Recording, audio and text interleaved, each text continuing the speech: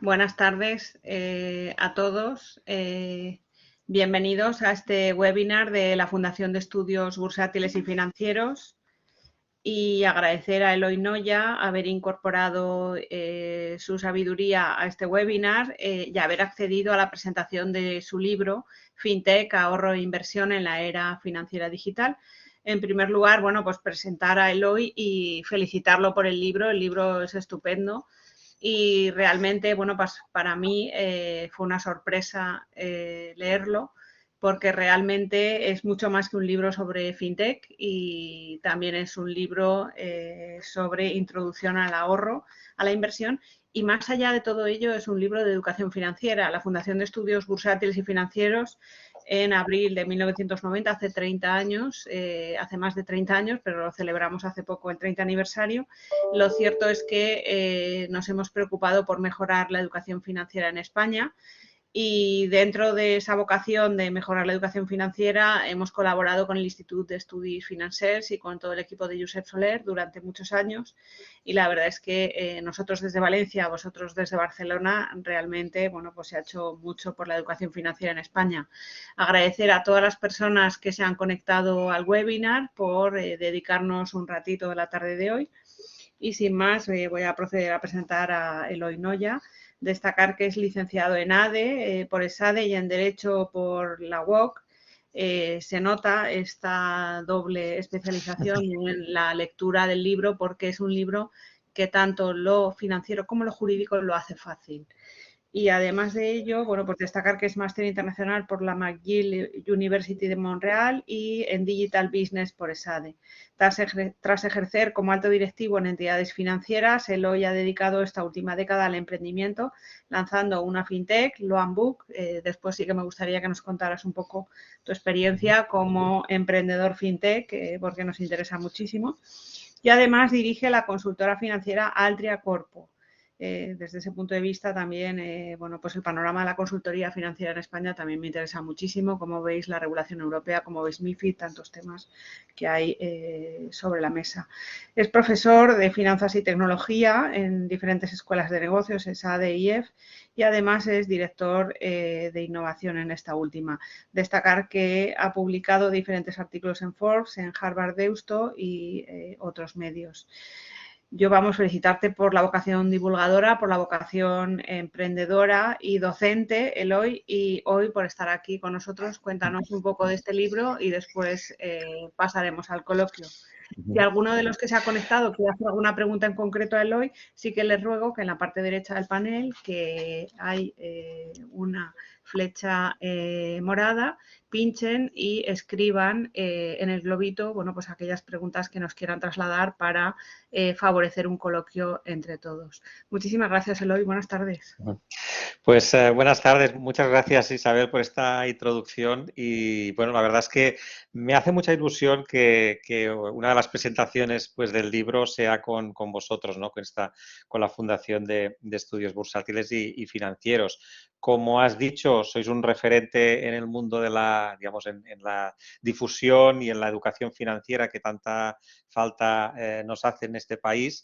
Y es verdad, y el libro era, inicialmente tenía que ser un libro, no digo técnico, pero que tenía que ser principalmente una traslación a mis clases de finanzas y tecnología, pero a medida que iba avanzando en el libro, me di cuenta que había muchos conceptos básicos de educación financiera que quizás pues era oportuno pues, de repasar y de explicar, ¿no? Más que empezar a exponer qué innovaciones se pueden encontrar en el mundo del ahorro y la inversión con lo que llamamos fintech, ¿no? Estas aplicaciones financieras que utilizan la tecnología, más que hacer una exposición más o menos erudita de estas aplicaciones y de este, digamos, software financiero, creía muy oportuno pues también abundar en aquellos conceptos básicos que todos deberíamos tener claros antes de empezar a ahorrar e invertir, ¿no?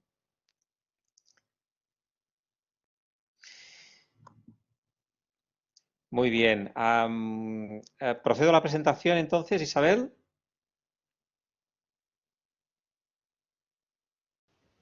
Sí, sí, Eloy, presenta Sí, el libro sí. y después te Muy bien. preparamos las preguntas, ¿vale? Yo creo que es mejor que hagas tú Perfecto. una introducción de todos los temas del Muy libro, que bien. te parezca oportuno. Muy bien. Pues bueno, a ver, como he dicho, el libro, digamos, tiene, a veces Josep Soler me lo presentó también hace unos meses, que eran como tres libros en uno, ¿no? Uno, evidentemente, es un manual de fintech, es un manual que explica pues cómo la tecnología se ha incorporado en las finanzas y cómo pues se ha innovado en muchos servicios financieros, ¿no? Pero en segundo lugar es también un manual de cómo empezar a ahorrar y cómo invertir a largo plazo, ¿no? Y bien, y un poco pues en esa presentación voy a desgranar digamos, esa parte de cómo, digamos, generar ahorro y luego cómo invertir este ahorro pues a largo plazo de una forma, digamos, rentable, pero a la vez pues tranquila, mediante las herramientas del fintech. El fintech, para quien, digamos, no esté más habituado a esta jerga, esta tecnología financiera, son, digamos, todas aquellas empresas, a veces startups, pero en general empresas que desarrollan servicios financieros, desarrollan productos y servicios financieros con una base tecnológica. Y yo añadiría que además también pues, desafían al statu quo bancario, ¿no? Desafían pues, a la industria financiera tradicional, pues bueno, intentando ocupar una parte de cuota de mercado pues, que hasta ahora pues, estaba ocupada por esta industria financiera tradicional. ¿Qué aportan en general? ¿Qué ventajas aportan las fintech? Pues muchas veces aportan una disminución de costes, eso es evidente, el uso de la tecnología, la automatización, bueno, pues es evidentemente trae consigo una disminución de costes, por tanto unos precios también más asequibles, pero yo diría que sobre todo aporta, digamos, la innovación que aportan las fintechs es en cuanto a experiencia del cliente. Las fintechs normalmente están muy centradas en el cliente, en la necesidad real del cliente y a partir de ahí pues construyen una propuesta de valor que pues sea lo más usable, lo más entendible. La transparencia también es un factor clave en el mundo de las fintech, la comodidad de uso, ser muy asequibles, todo pues mediante el móvil, mediante pues las páginas web, pues en todo esto las fintech son, digamos, excelentes y, por qué no decirlo, pues también en muchos casos mucho mejores que pues las entidades financieras tradicionales. Bien, pues fintechs hay de muchos tipos, hay fintechs pues, de financiación, fintechs de préstamos, hay fintechs de seguros también, lo que se llama insurtech, hay fintechs de pagos, todos supongo que utilizamos Bizum, Bizum sería una fintech, o PayPal, también sería otra fintech del mundo de los pagos. En el libro me centro en las fintech que tienen que ver con el ahorro y la inversión, que al fin y al cabo es la necesidad básica de todos nosotros. Cómo podemos ahorrar, cómo podemos generar este ahorro y luego, una vez generado este ahorro, dónde podemos invertir estos ahorros, ¿no?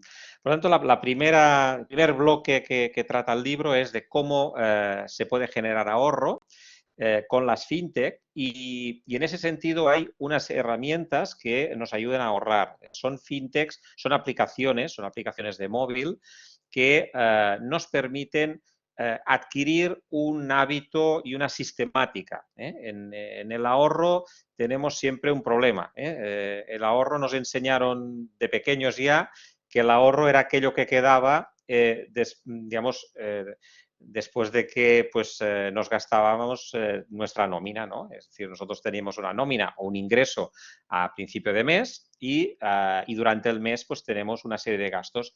Y el ahorro sería lo que pues teóricamente quedaría al final del mes, al final de recibir la próxima nómina. Bien, esto en un mundo en el que estamos pues con muchos alicientes para el consumo, para el beneficio inmediato y no para diferir este beneficio en el futuro, pues hace que para casi todo el mundo nos cueste muchísimo ahorrar. Y el enfoque tiene que ser distinto. El enfoque quizás tendría que ser que la primera partida que uno tiene que destinar de gasto durante el mes es justamente la del ahorro. Pero bueno, si esto no es posible, hay estas aplicaciones que bueno, digamos, se van programando mecanismos en los que en estos mecanismos pues, se va ahorrando poco a poco. Sería como una especie de huchas virtuales en las que, pues, mediante diferentes mecánicas, ¿no? Como por ejemplo el redondeo de gastos, cada vez que pues, gastamos una determinada pues, cantidad en el supermercado, en cualquier compra que podamos hacer, pues digamos, el cambio hacia el siguiente euro, hacia los siguientes el siguiente euro, pues aquel redondeo pasa a esa hucha virtual. También se pueden programar traspasos automáticos, pues una vez cada semana, pues que se traspasen 20 euros, por ejemplo, ¿no? Hay una serie de mecanismos y todo esto va a las huchas virtuales. Aquí pongo dos ejemplos que se citan en el libro, que son Goin y Arbor, son dos fintechs españolas y que pues funcionan la mar de bien, ¿no? Eso nos ayuda a que ahorremos casi sin darnos cuenta. Al final del mes, pues encontraremos pues, que habremos ahorrado 70, 100 euros, 200 euros a base de estos redondeos y de estos traspasos automáticos. Claro, eso es el primer paso. El primer paso es adquirir una sistemática y eso nos pueden ayudar estas herramientas, estas aplicaciones. La otra pregunta es, ¿y el primer ahorro hacia dónde debería ir? Bueno, pues antes de empezar a invertir en inversiones como fondos de inversión, como acciones u otros productos, lo primero que el primer objetivo de ahorro que deberíamos tener sería constituir lo que llamamos un fondo de emergencia. ¿Y qué es un fondo de emergencia? Bueno, un fondo de emergencia es un monto de dinero que, como el nombre indica, se pueda utilizar en casos de emergencia. ¿Cuáles son estos casos? Pues o bien situaciones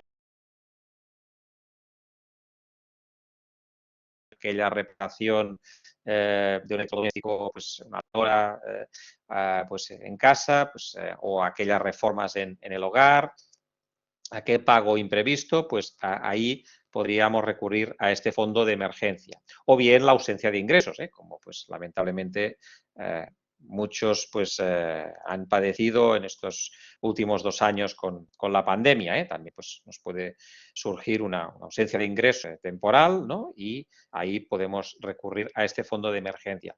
El fondo de emergencia tiene que ser de disposición inmediata, tiene que estar en una cuenta corriente o máximo en una cuenta a plazo que pueda ser rescatable de forma inmediata.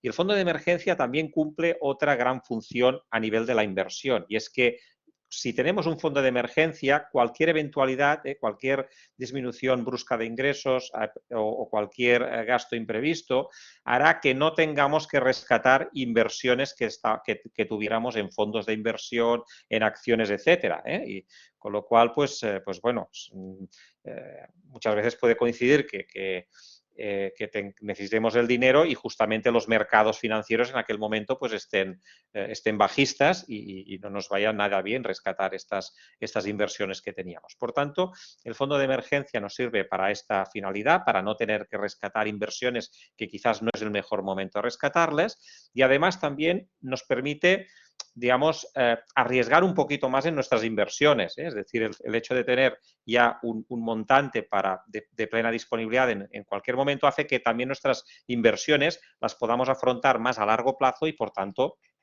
también asumir un mayor riesgo que repercutirá seguramente a largo plazo en una mayor rentabilidad. Bien, en cuanto a fondo de emergencia, ¿dónde lo podríamos tener? Como he dicho, pues se puede tener en cuentas corrientes o digamos en depósitos, y en el mundo de las fintech aquí evidentemente, digamos, las fintech maravillas tampoco podemos hacer porque estamos en un mundo de tipos cero, ¿no? De tipos muy bajos e incluso negativos y por tanto, pues no sea difícil encontrar alternativas en las fintech que remuneren muy alto, pero las hay, ¿eh? Y aquí, pues en el libro cito pues a MyInvestor, a Openbank o a Raisin que ofrecen cuentas remuneradas pues al 0,5 o al 1%, al 1 y pico, pues de plena disponibilidad. Si preferimos un depósito remunerado, pues nos darán un poco más de tipo de interés y aquí tenemos a Raisin.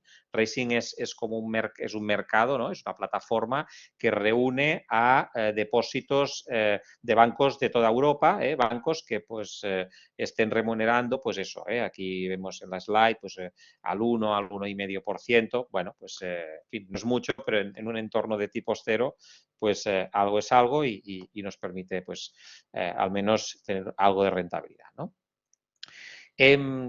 Bien, ese sería el mundo del ahorro, ¿no? Hemos conseguido ahorrar, pues gracias a estas aplicaciones de fintech que nos ahorran, pues poco a poco, ¿no? Con este ahorro sistemático. La primera objetivo de ahorro se ha cumplido con el fondo de emergencia. Vamos a empezar a invertir.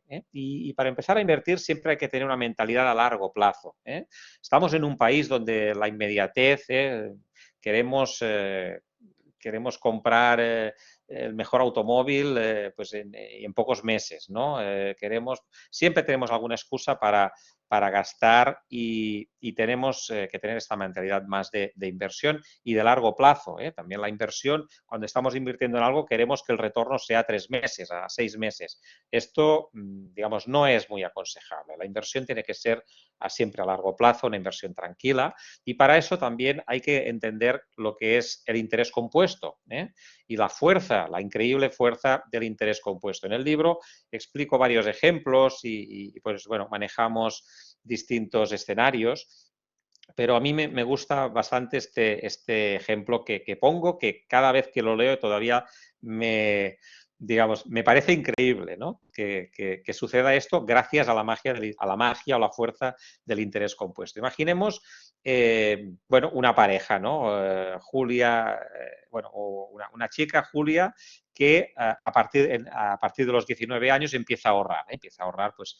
300 euros cada mes y se está ahorrando así pues hasta los 27 años, por tanto 8 años ahorrando y lo deposita pues en inversiones, digamos, fondos indexados de renta variable que pues puedan tener un retorno anual medio del 10%.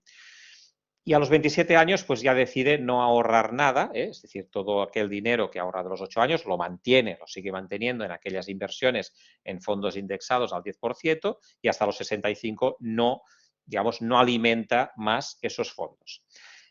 Digamos que Julia conoce a los 27 años justamente a Félix, ¿no? Y le comenta lo que ha hecho en aquellos 8 años. Y entonces, bueno, Julia para, pero Félix entonces, pues, empieza a ahorrar él y ahorra 300 euros cada mes, pues desde los 25 hasta que se jubila a los 65 años. Por tanto, está 40 años ahorrando 300 euros cada mes y lo mete pues en el mismo fondo indexado al 10%. Bien, ¿cuál creéis que va a ser el resultado a los 65 años? ¿Qué importe van a acumular uno y otro? Bueno, pues Julia habrá acumulado 1.863.000 euros y Félix, la importe también es importante, pero habrá acumulado algo menos, 1.589.000. Bueno, eso ya, digamos, la cifra es impresionante. Dice, ¿cómo puede ser que con 8 años se haya acumulado más que en 40 años posteriores? Pero además, fijaros en el total ahorrado. Al final, el esfuerzo de ahorro de Julia ha sido de solamente 28.800 y en cambio Félix pues, ha tenido que invertir 144.000 euros. Eso es la magia del interés compuesto y por ello el mensaje, uno de los mensajes que quiero dar en el libro es a los jóvenes, ¿no? O al menos que los padres que lean el libro lo puedan transmitir a los jóvenes, ¿no? Es que se empiece a ahorrar cuanto antes. El beneficio que da ahorrar ni que sean 50 euros al mes a los 18 años es exponencialmente mayor que el beneficio que pues, los que ya peinamos alguna cana podemos tener pues a nuestra edad, ¿no? A partir de los 50 años. Por tanto, recomendación, ahorrar algo, el ahorro que tengamos cuando tenemos 20 años, estos 50 euros, estos 100 euros al mes, nos van a producir rendimientos espectaculares pues mucho más adelante.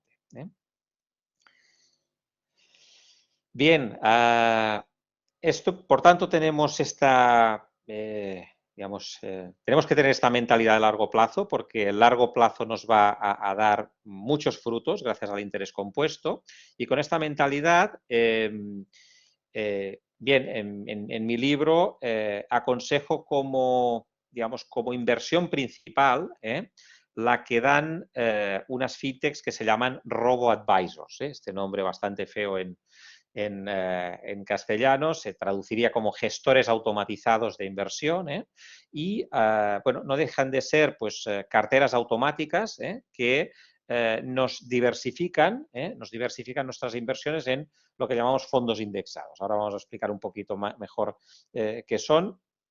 Los fondos, los advisors son, se bajan mediante aplicaciones móviles, son aplicaciones móviles o páginas web.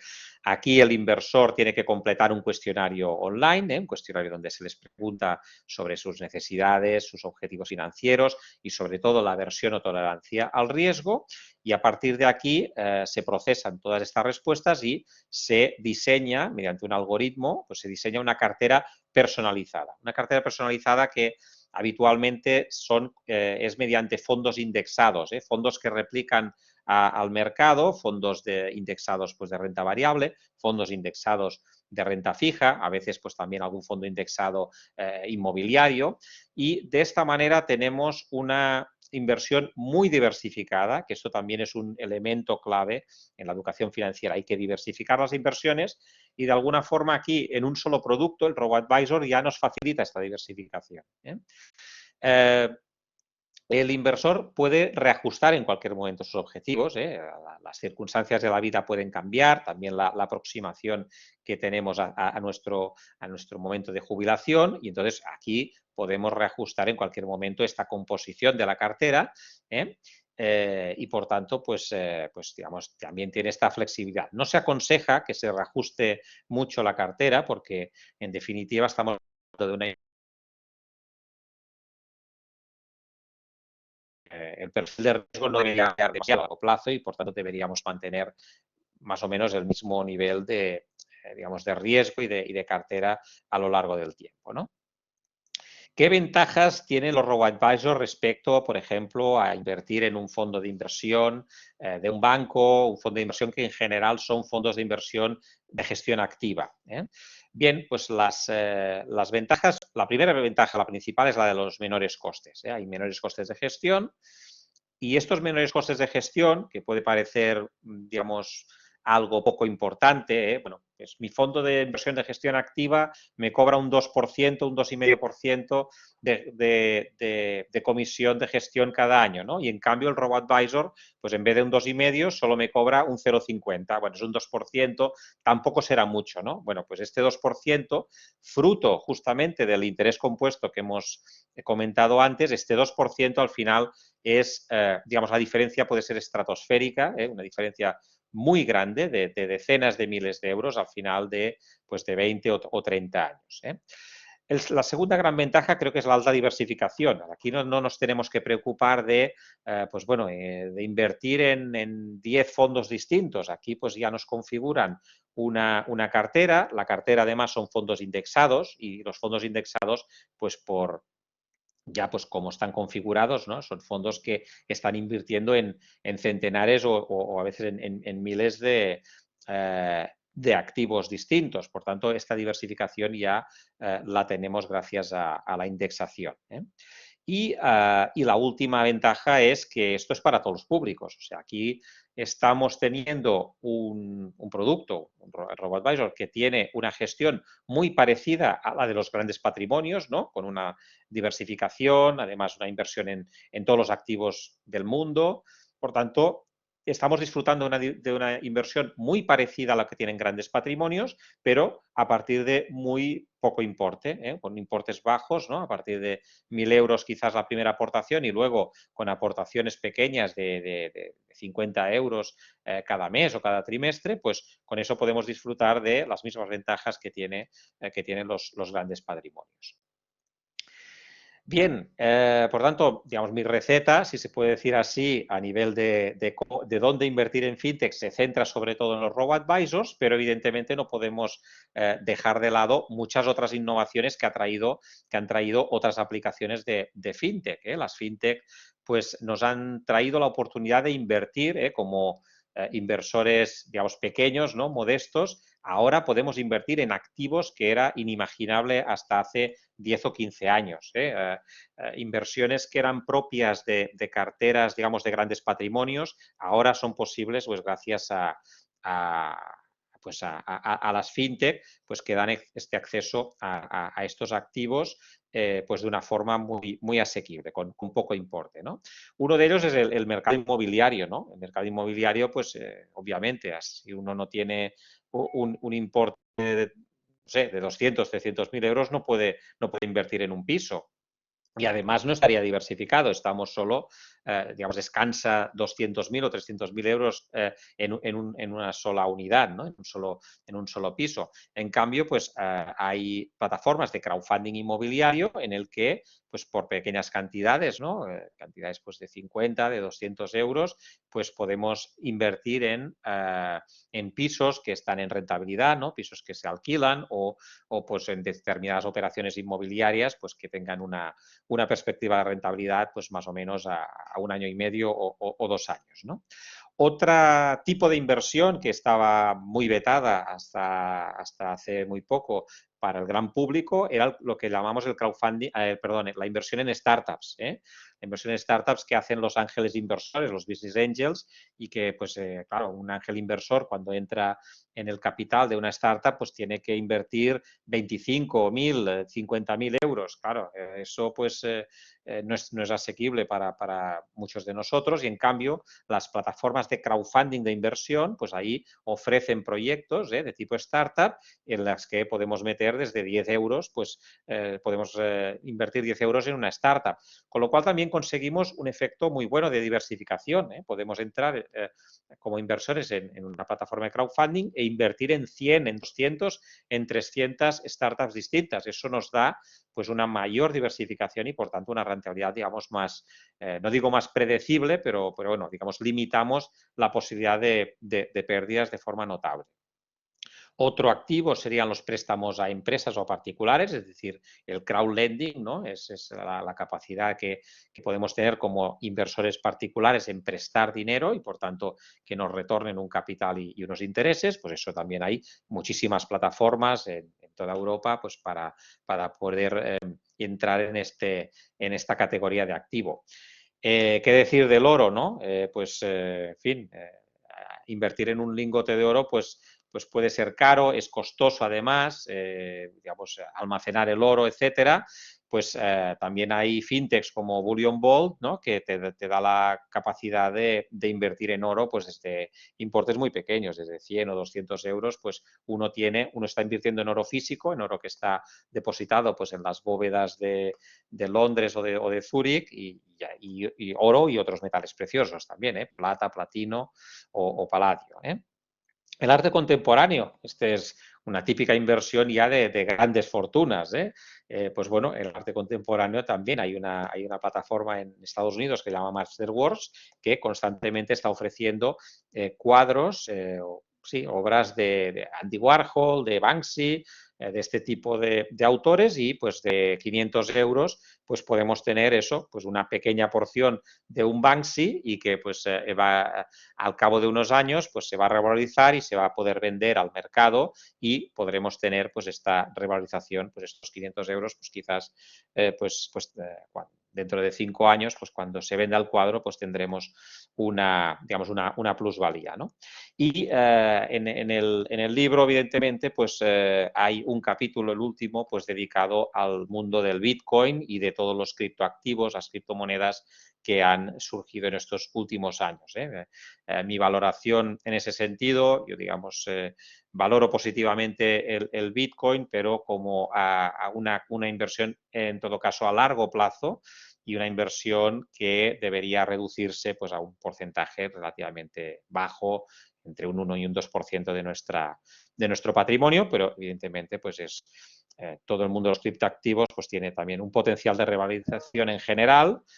Es cierto pues, que el 99% de criptoactivos pues, van a valer cero en algún momento. O sea, que esto es una inversión de alto riesgo, pero es un mundo nuevo de la inversión que seguramente pues, habrá proyectos que van a triunfar y van a revalorizarse pues, considerablemente. Y por tanto, pues, ¿por qué no pues, dedicar un 1 o un 2% de una cartera suficientemente diversificada pues, a criptoactivos? Pues puede tener bastante sentido.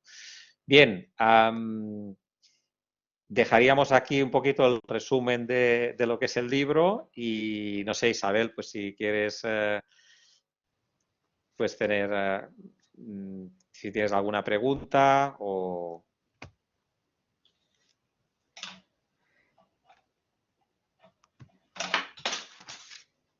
Sí, Eloy, muchas gracias por la presentación y bueno, había varias preguntas que nos han hecho llegar por email. La primera es la heterogeneidad de las fintech. Hay inversores que erróneamente piensan que todas las fintech son startups, que son frágiles, pero bueno, tenemos grandes fintech tipo PayPal que están ya consolidadas y que tienen un volumen tremendo, ¿no? En las que hay incluso como accionistas entidades financieras tradicionales, cosa que a veces parece como dos mundos diferentes, pero que se han unido el mundo tradicional con el mundo fintech. Sí, sí, por supuesto. Las fintech nacen la mayoría como startups porque, pues, evidentemente, son proyectos que nacen siempre, pues, con cualquier startup con recursos limitados y se enfocan a un solo producto o servicio. Pero a partir de aquí hay muchas fintechs que han conseguido éxito, que tienen millones de usuarios, que han levantado, pues, también millones de euros o de dólares y que tienen, pues eso, inversores que son las principales actores de la industria financiera, bancos, medios de pago, etcétera. Sí, sí, yo diría que es un mundo heterogéneo, ciertamente, y digamos que a veces también me preguntan, oye, ¿cómo nos podemos fiar si una fintech es buena o es mala? Bueno, digo que en principio todas las que salen en el libro están contrastadas, o sea, conozco todas estas fintechs, conozco a los fundadores, conozco el equipo, los proyectos ya tienen una cierta en el mercado, pero yo diría que también una guía es que evidentemente cada fintech, digamos, esté regulada, digamos, tenga la licencia y la regulación pues que toque, ¿no? Eso pues hay que hacer un poquito de, bueno, digamos, chequear en las propias web de cada fintech, pues también se expone cómo están reguladas, y bueno, y en definitiva, pues que ya sean fintechs que tengan un cierto recorrido, ¿no? Que ya pues tengan miles de usuarios y que pues las opiniones también sean buenas. Sí, otra de las preguntas es respecto a la fragilidad de la información. Hay fintech que utilizan información de sus usuarios y cómo se garantiza la seguridad de esa información, que no se vulneran derechos, la protección de datos. Esto preocupa a inversores tradicionales a la hora de acercarse a fintech.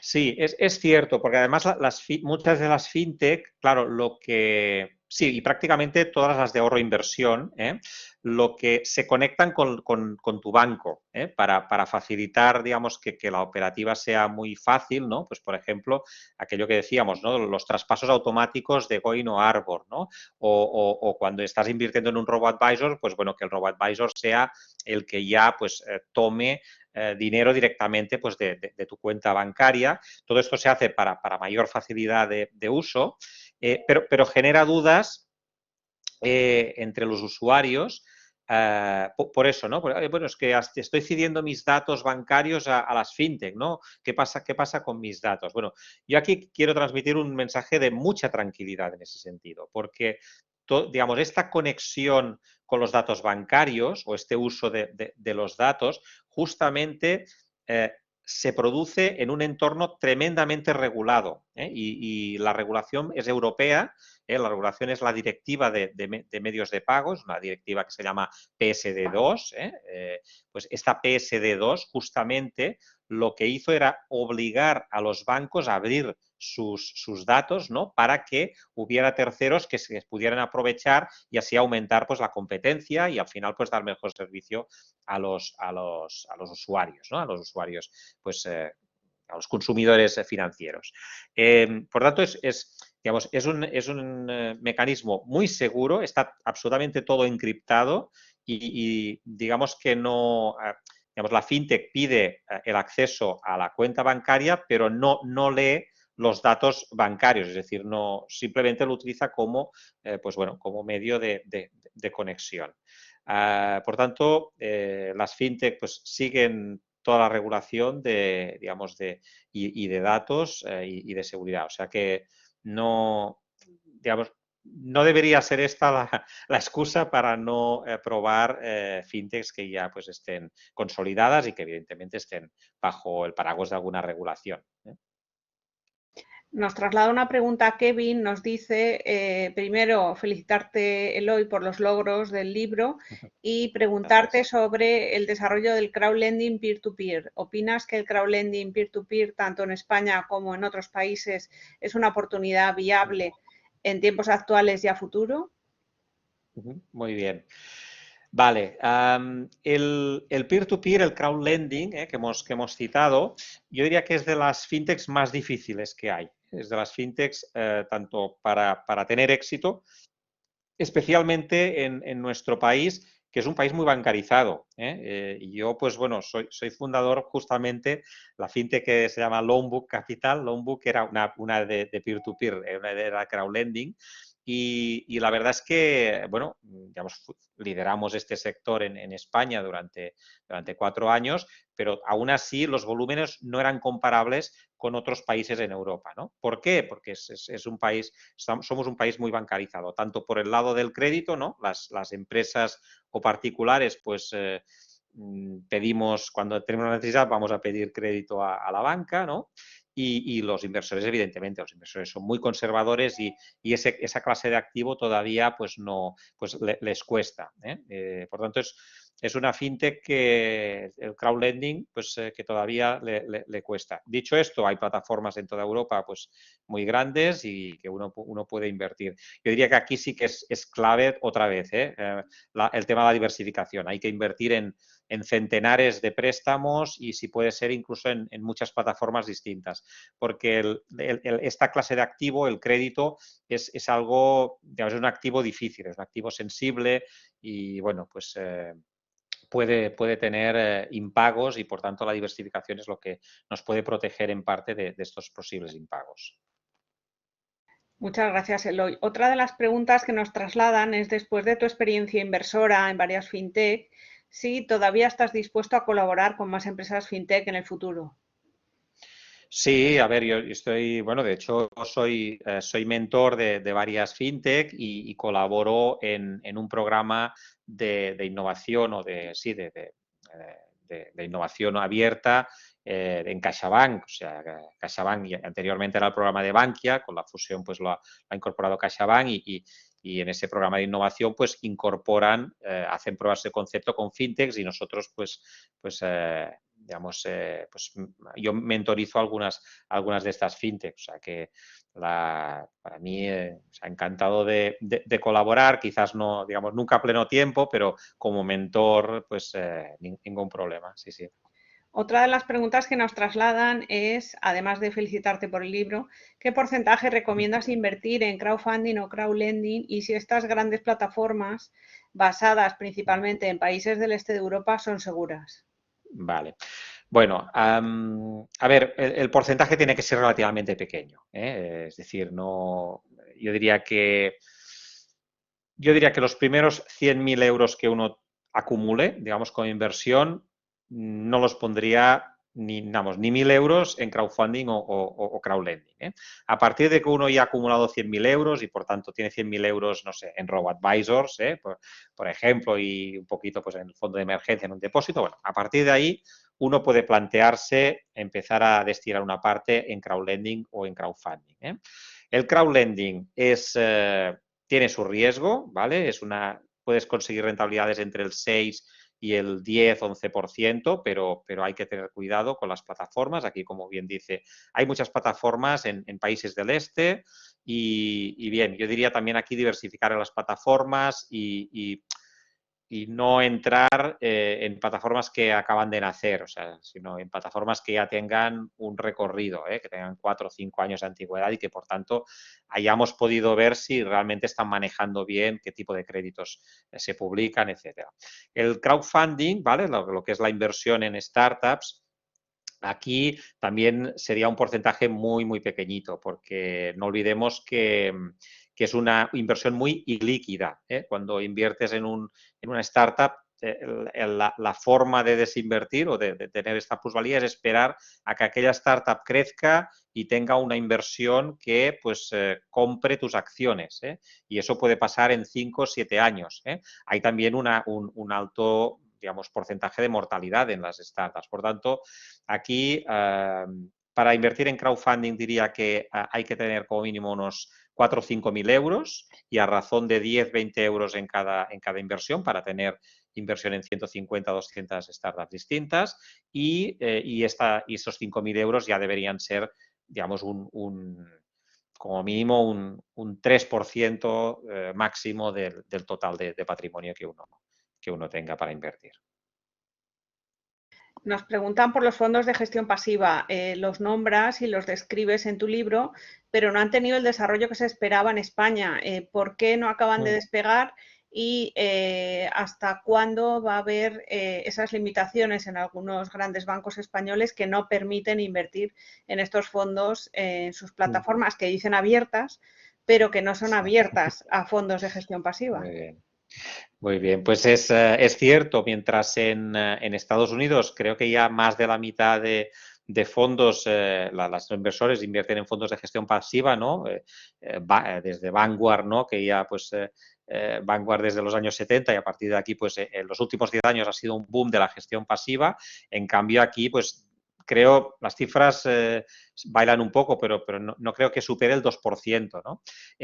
¿Por qué no supera el 2%? Porque tenemos un porcentaje tan bajo de gestión pasiva? Pues básicamente porque estamos muy bancarizados y todos pues creemos en lo que nos dicen en las oficinas bancarias. Las oficinas bancarias que venden sus fondos de inversión y los fondos de inversión pues son fondos de inversión de gestión activa porque así justifican unas comisiones pues más altas y más ingresos, ¿no? Bueno,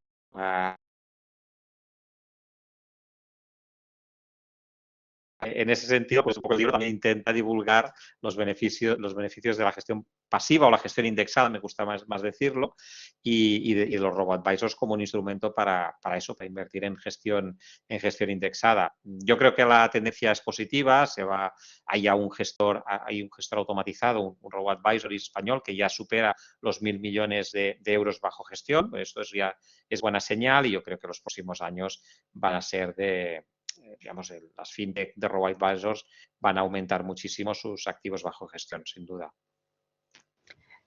Hay un par de preguntas de educación financiera. 2 personas de las que se han conectado nos preguntan ¿qué producto recomiendas para un ahorrador a los 50 años y a los 64? Muy bien. Bueno, a los 50 años y a los 64 yo recomendaría, digamos, lo mismo en el sentido de que abran una cuenta en un robo-advisor, ¿no?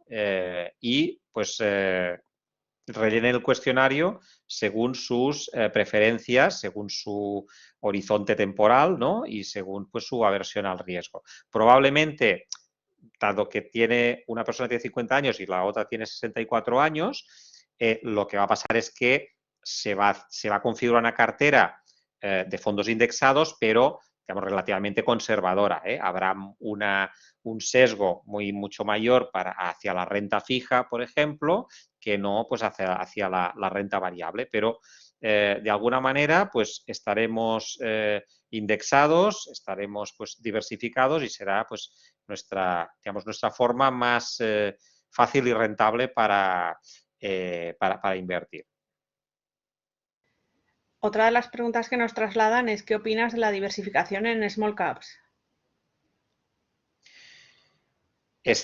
Bien, es una, digamos, en el libro también trato sobre si diversificamos en fondos de gestión activa y los fondos de small caps pues serían un ejemplo de inversión activa. Creo que hay algún fondo indexado también de small caps, o sea que también sería interesante buscar si hay invertir en un fondo indexado de small caps. Y en todo caso, pues eso, digamos, mi receta principal es la de la indexación y la de los robo-advisors, pero destinar, pues quizás, no sé, un 10% a fondos de gestión activa, como pueden ser en small caps, pues también puede ser muy interesante.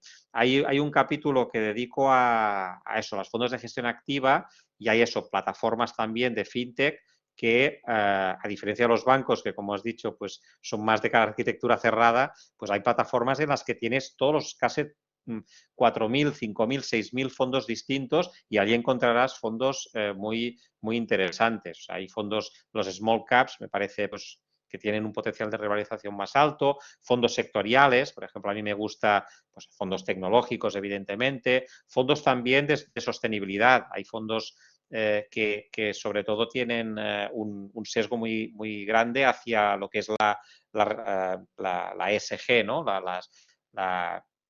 Fondos de sostenibilidad, de gobernanza y sociales, ¿no? Que tienen estos principios de los 14 Objetivos de Desarrollo Sostenible de Naciones Unidas. Y bueno, pues esto también es una opción muy interesante y además muy rentable, ¿no?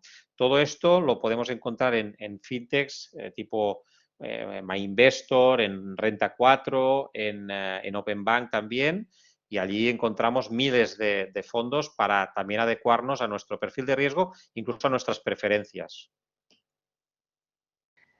Llama la atención un tema que comentas en tu libro, en el tema de la confianza en las fintech, y trasladas que Oliver Wyman en 2019, un 56% de los españoles en un estudio que hicieron, Sí. prefería los servicios de bancos y aseguradoras tradicionales frente a los nuevos actores digitales. Y otra encuesta de la consultora Deloitte a más de 1.000 clientes, el 47% declaró que prefería que le gestionaran sus ahorros los grandes bancos. Estas cifras son Sí, tremendas, ¿no? ¿El estas inversor cifras son español es tremendas. tremendamente conservador o esto sucede en el resto de Europa? O... A ver, el inversor español es tremendamente conservador. Hablamos mal de los bancos, pero al final, cuando se habla de nuestro dinero, pues todavía seguimos confiando en los bancos. Yo cuando leí estas estadísticas también fue una de las razones por las que abundé en esta parte de educación financiera en el libro, ¿no? Hay otra, digamos, también hay otra estadística que dice que también cuanto más conocimiento financiero una persona tiene, pues más confiado está en las fintech y menos, digamos, en productos bancarios tradicionales, ¿no? En la medida en que podamos, pues, entender mejor, pues, cuáles son los conceptos básicos de las finanzas, etcétera, pues también, pues, las fintech aquí en España, pues, tendrán mayor éxito, sin duda.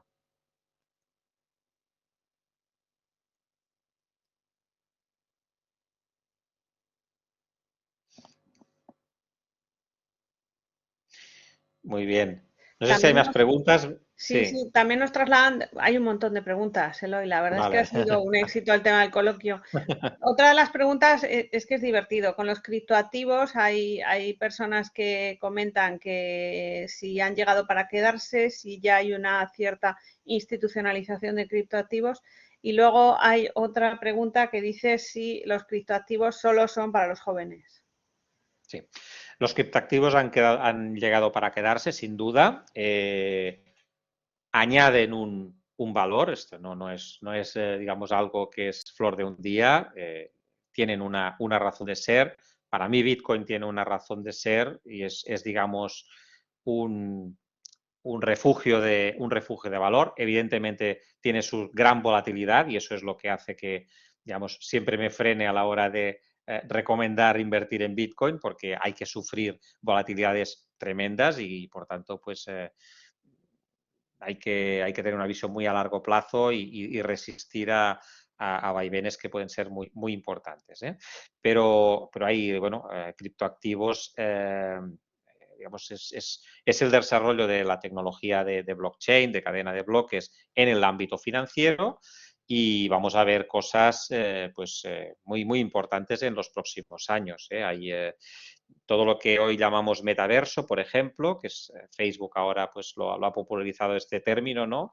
Ahí pues en el metaverso, en estos entornos virtuales, pues que conocemos por nuestros hijos, ¿no? Porque juegan al Fortnite y a estas cosas, pues este Fortnite, digamos, se va a agrandar, ya no va a ser solo un entorno de juegos, sino que va a ser también un entorno financiero, un entorno donde habrá marcas que estén presentes y la economía que va a funcionar en estos metaversos va a ser una economía de criptoactivos. Nos vamos a ir pagando en criptoactivos.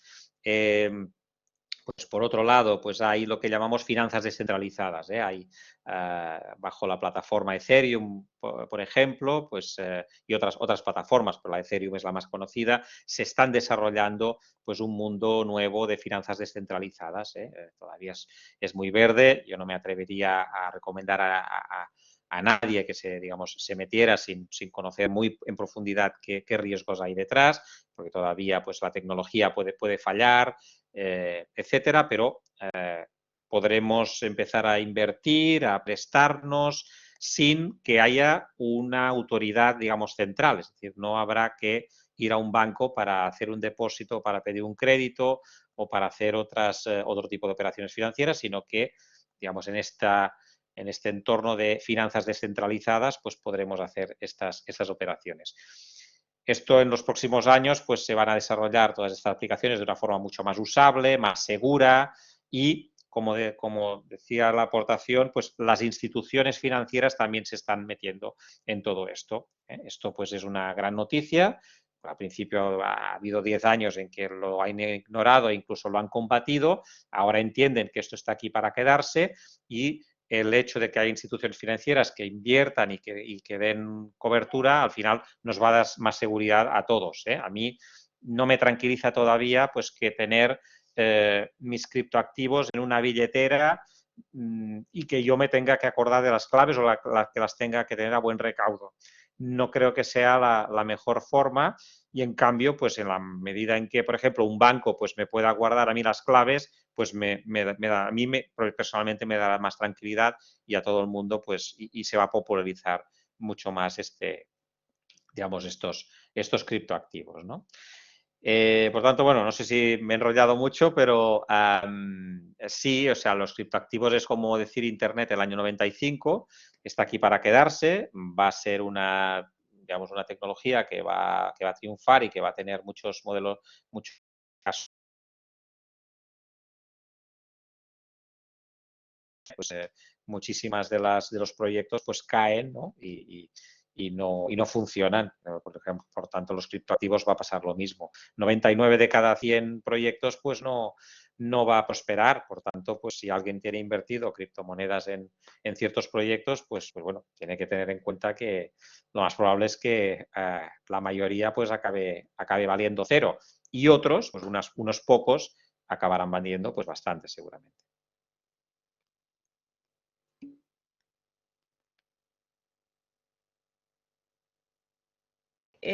Hay una última pregunta, Eloy, que nos trasladan sobre la preocupación de los robo-advisor, de la inversión automática, y nos trasladan que al inversor tradicional le da miedo que haya una inversión automática y que siempre se ha pensado que la generación de alfa era del género humano, de una persona que era un gestor gurú, que era el que invertía, el que generaba esa rentabilidad.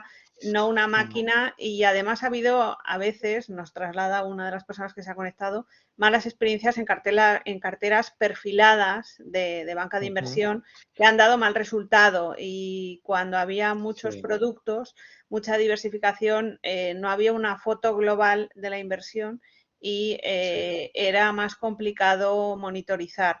Y Mm. esa pérdida de control por parte del inversor de saber dónde estaba el dinero, más allá de 5 o 6 sitios, realmente con los robo-advisor a veces se pierde esa perspectiva. ¿Qué opinas al respecto? Vale. Sí, en el libro también hablo bastante de eso, de si los fondos, si generan más rentabilidad, si menos. Hay estudios ya bastante amplios que dicen que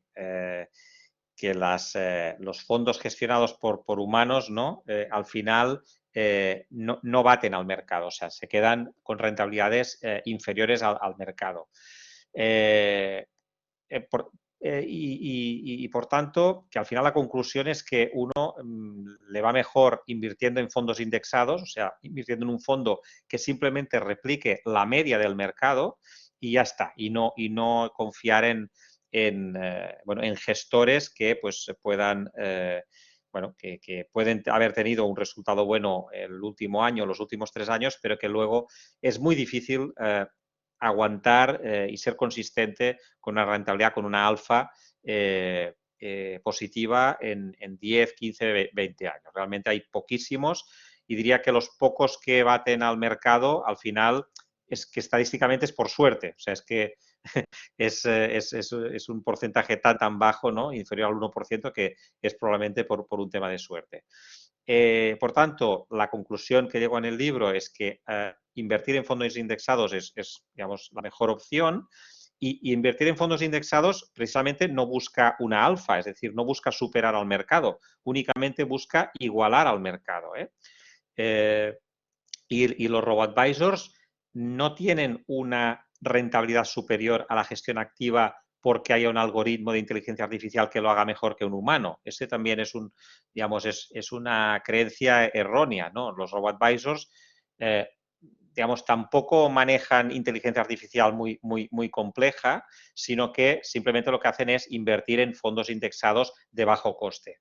Este bajo coste, estas bajas comisiones que tienen los fondos indexados y, por tanto, el robo-advisor es el secreto, digamos, es el secreto de la salsa, es el secreto de que tengan luego más rentabilidad que los fondos de gestión activa, ni más ni menos. O sea, aquí no hay ninguna máquina que haga maravillas y supera a un humano. No estamos hablando aquí como de ajedrez. No, simplemente la máquina lo que hace es automatizar, digamos, para recalibrar las carteras, pero no intenta batir al mercado, al contrario, o sea, simplemente son inversiones muy estables y que replican a los índices, nada más. El menor coste es el secreto de que luego pues tengan mayores rentabilidades a corto y a largo plazo. Pues muchísimas gracias, Eloy. Estamos fuera de tiempo. Muchísimas Venga. gracias a todas las personas que se han conectado al webinar, y gracias a Eloy por esa vocación divulgadora, por ese libro. Felicidades. Y bueno, como director de innovación, dentro de unos años espero una segunda parte de este libro contando, bueno, pues cómo han evolucionado las fintech. Espero que Pues con mejores cifras de diversificación y sí, de madurez en el inversor español, y, por supuesto, siempre dispuestos a hablar de educación financiera aquí en la Fundación de Estudios Bursátiles y Financieros. Muchísimas gracias, y a todos aquellos que se han conectado, por favor, les pedimos que rellenen la encuesta de valoración que aparecerá en el chat de la derecha de su panel. Muchas gracias, Eloy. muchas gracias, Isabel.